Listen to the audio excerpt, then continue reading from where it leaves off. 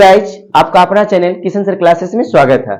आज आप लोग के सामने क्लास 10 का फिजिक्स देखेंगे। चैप्टर 1 प्रकाश का प्रवर्तन। प्रकाश के प्रवर्तन में कुछ हम टॉपिक लिए हैं। प्रकाश प्रवर्तन, प्रकाश का प्रवर्तन, प्रकाश स्रोत, प्रदीप्त वस्तुएं, अप्रदीप्त वस्तुएं, इसी तरह बहुत सारा टॉपिक है। ठीक है, आज इस वीडियो में पूरा प्रकाश का प्रवर्तन का जितना भी टॉपिक है सबका परिभाषा आपको सामने प्रस्तुत किया जाएगा। ठीक है, इसमें सबसे पहले हम लोग देखेंगे प्रकाश। ये हम भी बता सकते हैं। चलो कोई बच्चा आकर बोलेगा, सूरज आके प्रकाश का परिभाषा बोलेगा, प्रकाश का परिभाषा बोल देगा। पहले अपना परिचय दो, तुम्हारा नाम क्या है? सूरज कुमार, क्लास 10। चलिए प्रकाश का परिभाषा आप यहाँ से बताइएगा। प्रकाश का परिभाषा सबको। प्रकाश वह कारक है जिसकी सहायता से हम वस्तु को देखते हैं। ठीक है, वह प्रकाश कहलाता है। जैसे सूर्य, बिजली का जलता हुआ बल्ब, मोमबत्ती, लालटेन इत्यादि, ये सब प्रकाश है। प्रकाश। ठीक है, फिर आपका टॉपिक है प्रवर्तन। प्रवर्तन के बारे में क्या बताइए? लौटने की क्रिया को परावर्तन कहते हैं। ठीक है, फिर आपका टॉपिक है प्रकाश का प्रवर्तन। इसके बारे में बताइए। प्रकाश के किसी वस्तु से टकराकर लौटने की क्रिया को प्रकाश का प्रवर्तन कहते हैं। बहुत अच्छा। फिर आपका टॉपिक है प्रकाश का स्रोत। बताइए क्लास में। जिस वस्तु से प्रकाश निकलता है वह प्रकाश स्रोत कहलाता है। जैसे सूर्य, हाँ? लालटेन, मोमबत्ती। बहुत अच्छा। तो ये प्रकाश स्रोत जो निकलता है, आप हमको ये बताइएगा प्रकाश स्रोत कितने प्रकार से निकल सकता है? दो प्रकार से। ठीक है, प्राकृतिक स्रोत, मानवकृत स्रोत। बहुत अच्छा। एकागो प्राकृतिक स्रोत का उदाहरण बताइएगा। सूर्य, तारे, ये सब प्राकृतिक स्रोत है। बहुत अच्छा। मानव निर्मित का एक दो को बताइएगा। मोमबत्ती का जलना, लालटेन, ये सब मानवकृत है। बहुत अच्छा। फिर आपका टॉपिक है थोड़ा सा प्रदीप्त वस्तु के बारे में बताइए। वे वस्तुएं जिससे प्रकाश निकलती है वह प्रदीप्त वस्तुएं कहलाती है। जैसे सूर्य, बिजली का जलता हुआ बल्ब, बहुत मोमबत्ती। अच्छा, बहुत अच्छा। आप प्रदीप्त वस्तु के बारे में बताइए। वे वस्तुएं जिससे प्रकाश नहीं निकलती है वह अप्रदीप्त वस्तु कहलाती है। बहुत अच्छा, बहुत अच्छा। देखिए, इसके पहले अप्रदीप्त तक हो गया खत्म। इसके बाद एक बिंदु है, प्रकाश एक प्रकार की ऊर्जा है। एग्जाम में ऑब्जेक्टिव में रहता है, प्रकाश एक प्रकार की क्या है? ऊर्जा है। उसके बाद हम लोग देखेंगे प्रकाश की किरणें, प्रकाश की किरण पुंज जो 3 प्रकार का होता है, अपसारी, समांतर, अभिसारी। उसके बाद देखेंगे पारदर्शी पदार्थ, अपारदर्शी पदार्थ और प्रभासी पदार्थ। जो एक बालक बतेबे करेगा। आइए सूरज बताइए सबका परिभाषा प्रकाश की किरणें से बताइए। एक सरल रेखा पर चलने वाले प्रकाश को प्रकाश की किरणें कहते हैं। जी ठीक है। और ये क्या बोलता है? प्रकाश किरणें। प्रकाश का किरण पुंज बताइए। किरणों के समूह को प्रकाश का किरण पुंज कहते हैं। बहुत यह अच्छा। मुख्य रूप से 3 प्रकार के होते हैं। कौन कौन? अपसारी किरण पुंज, समांतर किरण पुंज, अभिसारी किरण पुंज। बहुत अच्छा। अपसारी किरण पुंज का थोड़ा सा बारे में बताइएगा। जब प्रकाश की आराम से। किरणें एक बिंदु स्रोत से निकलकर फैलती चली जाती है तब इस प्रकार के किरण पुंज को अपसारी किरण पुंज कहते हैं। बहुत अच्छा। अब जरा सा समांतर किरण पुंज का परिभाषा बताइए। जब प्रकाश की किरणें एक दूसरे के समांतर होती है तब इस प्रकार के किरण पुंज को समांतर किरण पुंज कहते हैं। बहुत अच्छा। अभिसारी किरण पुंज का परिभाषा बताइएगा। जब प्रकाश की किरणें एक बिंदु पर आकर मिलती है तब इस प्रकार के किरण पुंज को अभिसारी किरण पुंज कहते हैं। बहुत अच्छा। थोड़ा सा पारदर्शी का परिभाषा बताइए, पारदर्शी पदार्थ का, और एक दो एग्जाम्पल बताइए एकदम आराम से। वे पदार्थ जिनसे होकर प्रकाश आसानी से पार कर जाता है वह पारदर्शी पदार्थ कहलाता है। जैसे कांच, हवा, पानी इत्यादि। ये सबसे आसानी से प्रकाश पार पार कर कर जाता है। ठीक है। थोड़ा सा अपारदर्शी पदार्थ का परिभाषा बताइए। वे पदार्थ जो प्रकाश को अपने में होकर नहीं जाने देता है। अपने से होकर नहीं जाने देता। अपने में से होकर नहीं जाने देता है। काहे नहीं जाने देता है? जैसे कि वो अपने से होकर जाने नहीं देता है। ठीक है, जैसे एग्जाम्पल बताइए। जैसे कि ईंट हो जाएगा, लकड़ी हो जाएगा, ये सब प्रकाश को जाने देवे नहीं करता है। अपने में से होकर नहीं जाने देता है। ये अपारदर्शी हो जाएगा। अपारदर्शी हो जाएगा। बहुत अच्छा। आप जैसा बता दीजिएगा प्रभासी पदार्थ के बारे में। वे पदार्थ जो उन पर पड़ने वाले प्रकाश के एक छोटे से भाग को ही अपने में होकर जाने देता है वह प्रभासी पदार्थ कहलाता है। थोड़ा सा रख लेता है अपने में। हाँ। और फिर कहता है कि चल जाओ। हाँ, थोड़ा थोड़ा जला देता है। अच्छा, तो वो कौन जैसे कौन है? घिसा हुआ शीशा, अच्छा। आंख की पलक, रक्त, कुहासा, दूध, इस सबसे थोड़ा थोड़ा प्रकाश प्रवाहित होता है। बहुत अच्छा। ठीक है, बैठ जाइए। अब देखेंगे प्रकाश का प्रवर्तन। प्रकाश का प्रवर्तन के नियम का उल्लेख करेगा जो लड़का है वो सूरज। प्रकाश का प्रवर्तन का नियम का उल्लेख करेगा और चित्र के साथ आप लोग को समझाएगा। चलिए आइए सूरज, ये प्रकाश का प्रवर्तन का परिभाषा बोल दीजिए और क्या बोलता है इसका पूरा चित्र के साथ समझा दीजिए। थोड़ा सा आते हैं फ्रेश हो ले। ठीक है, लीजिए आप लोग बताइए इसको। लो, प्रकाश का प्रवर्तन का नियम बोलो पहले। प्रकाश की किरणें किसी सतह पर पड़कर जिन नियमों का पालन करते हुए सतह से परिवर्तित होती है उन नियमों को परावर्तन के नियम कहते हैं। इसका कुछ चित्र है और कुछ परिभाषाएं हैं जो हम बताते हैं। सबसे पहले एक सीधा लाइन पार लेंगे, फिर इसको कलई कर देंगे।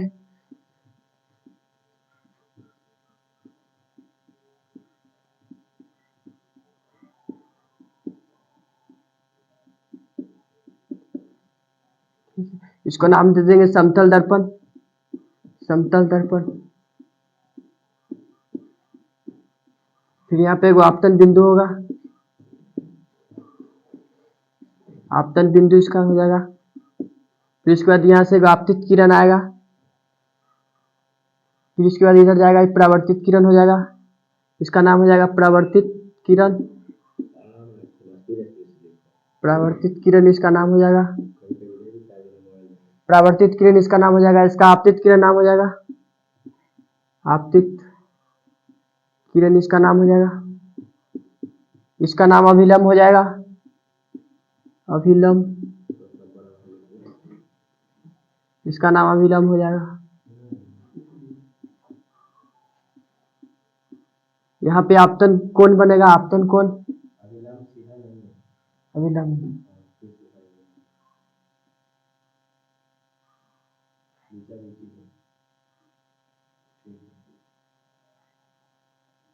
इसका नाम अभिलंब हो जाएगा।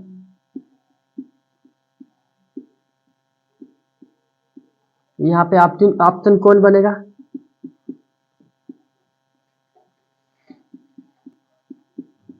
यहाँ पे परावर्तन कोण। परावर्तन कोण। अब सबका परिभाषा बोलेंगे। सबसे पहले कोई किसी का भी परिभाषा बोल सकते हैं। सबसे पहले आपतित किरण का बोलते हैं। किसी सतह पर पड़ने वाली किरण को आपतित किरण कहते हैं। किसी सतह पर पड़ने वाली किरण को आपतित किरण कहते हैं।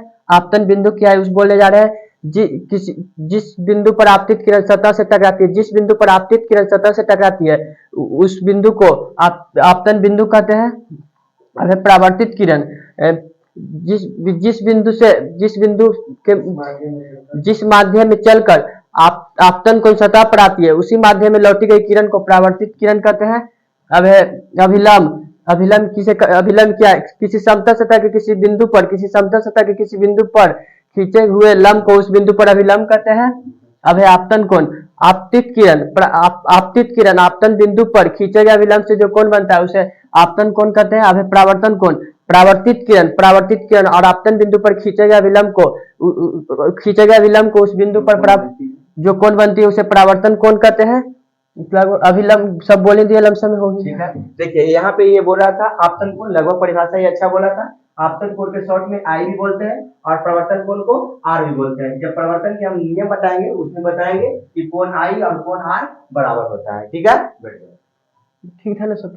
इसके पहले आपका हो गया था प्रकाश के प्रवर्तन का नियम, हम लोग देख लिए थे एक समतल दर्पण पर। अब देखेंगे हम इस टॉपिक में प्रकाश के प्रवर्तन के कितने नियम हैं और प्रतिबिंब क्या है। प्रतिबिंब दो प्रकार के होता है, वास्तविक प्रतिबिंब और आभासी प्रतिबिंब। आभासी का एक नाम है काल्पनिक। फिर देखेंगे पार्श्व परिवर्तन क्या है, फोकस दूरी क्या है, गोली दर्पण क्या है। चलिए आकर सूरज इस सबका परिभाषा बोलिएगा। पहले बोलिए आप प्रकाश के परिवर्तन के कितने नियम है और वो सब नियम क्या क्या है, एकदम आवाज से बोलिए।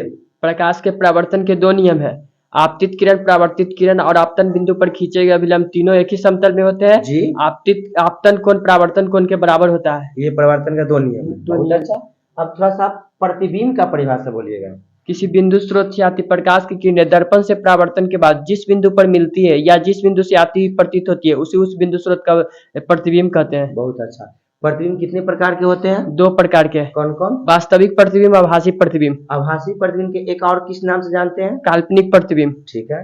वास्तविक प्रतिबिंब क्या है, इसका परिभाषा बोलिएगा। किसी बिंदु स्रोत से आती प्रकाश की किरणें दर्पण से परावर्तन के बाद जिस बिंदु पर वास्तव में मिलती है उसे उस बिंदु स्रोत का वास्तविक प्रतिबिंब कहते हैं। वास्तविक प्रतिबिंब का एक दो एग्जाम्पल बताइए, क्या क्या प्राप्त कर सकता है? वास्तविक प्रतिबिंब पर्दे पर प्राप्त कर सकते हैं। वास्तविक प्रतिबिंब वस्तु की अपेक्षा उल्टा होता है, हमेशा उल्टा होता है। ठीक है, आप थोड़ा सा बताइएगा आभासी प्रतिबिंब के बारे में। किसी बिंदु स्रोत से आती प्रकाश की किरणें दर्पण से परावर्तन के बाद जिस बिंदु से आती हुई प्रतीत होती है उसे उस बिंदु स्रोत का आभासी प्रतिबिंब कहते हैं। ठीक है, इसका एग्जाम्पल देखिए कहाँ। आभासी प्रतिबिंब पर्दे पर प्राप्त नहीं किया जा सकता। आभासी प्रतिबिंब वस्तु की अपेक्षा हमेशा सीधा होता है। ठीक है, आप बताइएगा पार्श्व परिवर्तन क्या है? पार्श्व परिवर्तन में जब हम अपने ही प्रतिबिंब को दर्पण में देखते हैं तो पाते हैं कि हर तरह से समान है, लेकिन ध्यान से देखने पर पता चलता है कि यदि हम अपना दाहिना हाथ उठाएं तो समतल दर्पण में प्रतिबिंब का बायां हाथ दिखाई पड़ता है, अर्थात उल्टा। बहुत पार्श्व प्रतिबिंब मतलब उल्टा होता है। उल्टा। दाहिना हाथ दिखाते हैं तो बाएं दिखाई पड़ता है, अब बाएं दिखाते हैं तो लगता है दाहिना दिखाते हैं। बहुत अच्छा। फोकस दूरी का परिभाषा बोलिएगा। गोलीय दर्पण के ध्रुव से उसके फोकस की दूरी को उस दर्पण का फोकस दूरी कहते हैं। इसे छोटकी एफ से सूचित करते हैं। बहुत अच्छा। गोलीय दर्पण का परिभाषा दे दीजिए। गोलीय दर्पण उस दर्पण को कहते हैं जिसकी परावर्तक सतह किसी खोखले गोले का एक भाग होता है। बहुत अच्छा। तो गोलीय दर्पण से संबंधित विभिन्न पद को आकर आज इस पर वर्णन कीजिएगा। गोलीय दर्पण, आओ जल्दी। गोलीय दर्पण से संबंधित विभिन्न पद का हो जाएगा ना वर्णन। हाँ चलो करो, चलो तुम करो करो करो, हम लगा देते हैं लगा देते हैं। शादी होगा तो सास मौरी तो नहीं करेगा। सबसे चलो, पहले चलो। गोला पाड़ देंगे। सबसे पहले गोला पाड़ देंगे। ऐसे तो स्केल से पढ़ाता है मगर बोर्ड पर पाड़ देते हैं समझने के लिए। फिर यहाँ से एक लाइन खींचेंगे, इसका नाम दे देंगे प्रधान अक्ष। प्रधान अक्ष, प्रधान अक्ष, प्रधान अक्ष इसका नाम दे देंगे। यहाँ पर से लाइन खींचेंगे, इसका नाम दे देंगे वक्रता त्रिज्या। वक्रता त्रिज्या, इसका नाम दे देंगे परावर्तक सतह। परावर्तक सतह, इसको कलई कर देंगे, इसका नाम हो जाएगा कलई। गोलीय दर्पण, गोलीय दर्पण को बाहर से, गोलीय दर्पण को बाहर से कलई करने पर अवतल दर्पण प्राप्त होता है। गोलीय दर्पण को बाहर से कलई करने पर अवतल दर्पण प्राप्त होता है। अवतल दर्पण, यहाँ पे पी ध्रुव बन जाएगा, ध्रुव।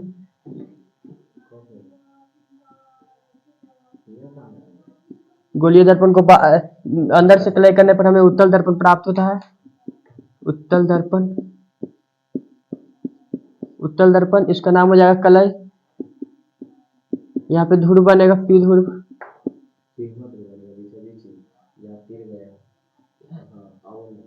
या सर ध्रुव यहाँ बनेगा पी।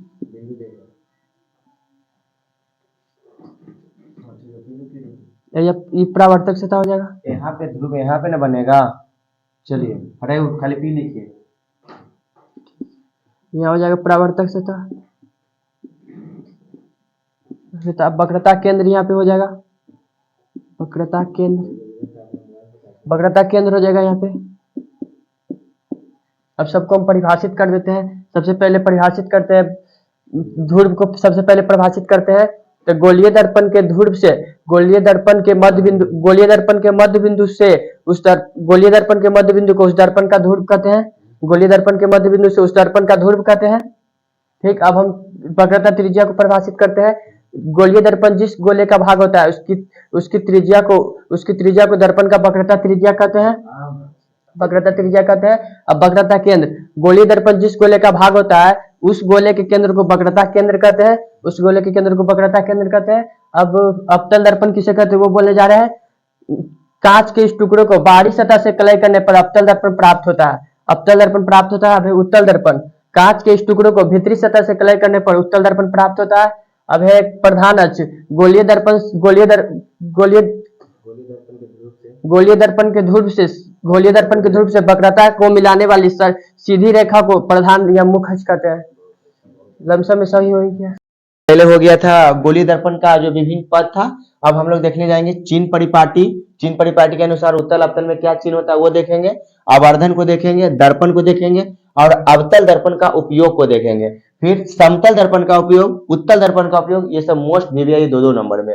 फिर दर्पण सूत्र होता है 1/v + 1/u बराबर 1/f। ठीक है, फिर आपको ये लॉन्ग क्वेश्चन में हम दर्पण सूत्र को प्रूफ करेंगे। इसी चैनल पे आपको मिलेगा दर्पण सूत्र का प्रूफ 1/v + 1/u बराबर 1/f। ये कैसे आया, ये तो सूत्र हो गया 1/v, इसको हम प्रूफ करेंगे कि ये कैसे आया, जो लॉन्ग क्वेश्चन 6 नंबर में आता है।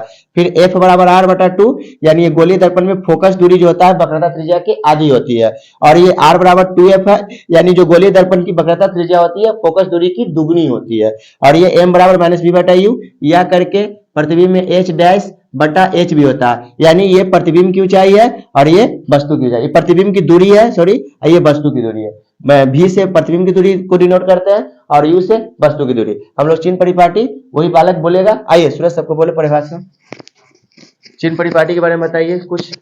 चिन्ह परिपाटी के अनुसार अवतल दर्पण की वक्रता त्रिज्या और फोकस दूरी ऋणात्मक होती है और उत्तल दर्पण की वक्रता त्रिज्या और फोकस दूरी धनात्मक होती है। ठीक है, आवर्धन का परिभाषा बोलिए।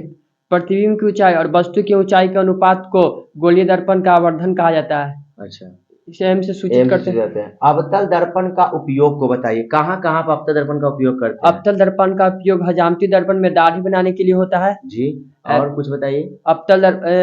टॉर्च के हेडलाइटों और सर्च लाइटों और हेडलाइटों में अवतल दर्पण का उपयोग उसका प्रवर्तक सतह है। ठीक है, और ये डॉक्टर भी क्या करते हैं?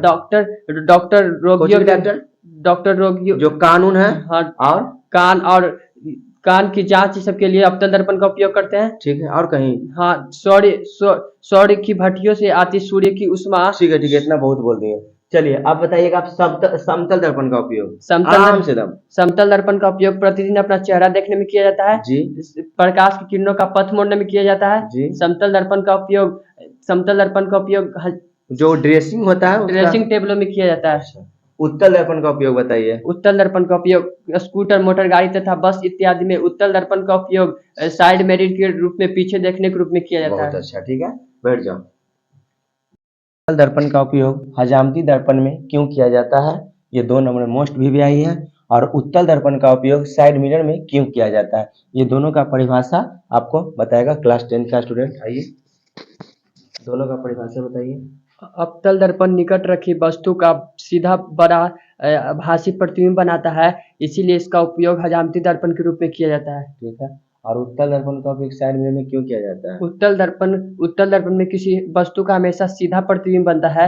यही बहुत छोटा होता है लेकिन इसका दृष्टि क्षेत्र बहुत विस्तृत होता है, इसीलिए इसका उपयोग साइड मिरर में किया जाता है। बहुत अच्छा।